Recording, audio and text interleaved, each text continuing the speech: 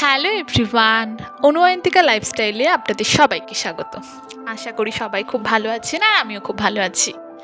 আমি অয়ন্তিকা চলে এসেছি আপনাদের সামনে নতুন একটি ভিডিও নিয়ে।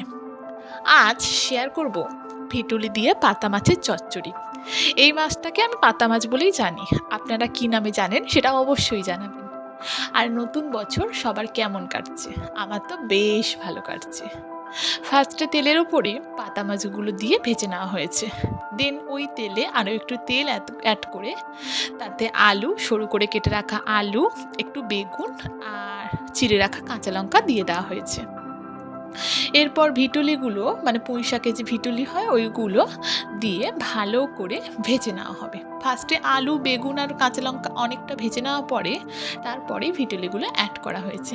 এরপর ভিটুলিটা একটু ভাজা মতো করে মশলাগুলো অ্যাড করে দিতে হবে। হলুদ গুঁড়ো, লঙ্কা গুঁড়ো, 5 ফোড়নের গুঁড়ো। আসলে আমরা 5 ফোড়ন খাই না, তাই জন্য আমি আর বাবা একদমই পছন্দ করি না, তাই জন্য মা 5 ফোড়নের গুঁড়ো বানিয়ে রেখেছে, দিলে তরকারিতে টেস্ট হয়।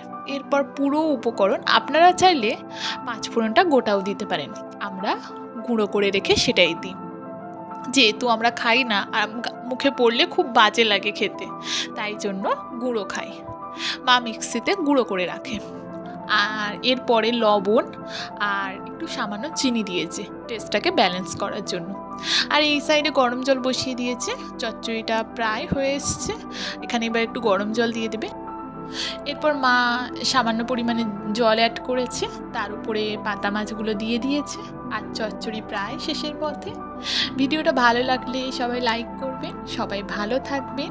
দেখা হবে নতুন একটা ভিডিওতে। আর আপনারা কে কীভাবে ভিটুলি খান সেটা অবশ্যই জানাবেন। আর শেষে মা একটুখানি জিরে গুঁড়ো অ্যাড করেছে। ভিডিওটা ভালো লাগলে সবাই লাইক করবেন, একটা সাবস্ক্রাইব করে দেবেন। সবাই ভালো থাকবেন। দেখা হবে নতুন কোনো ভিডিওতে। ততক্ষণের জন্য আসি।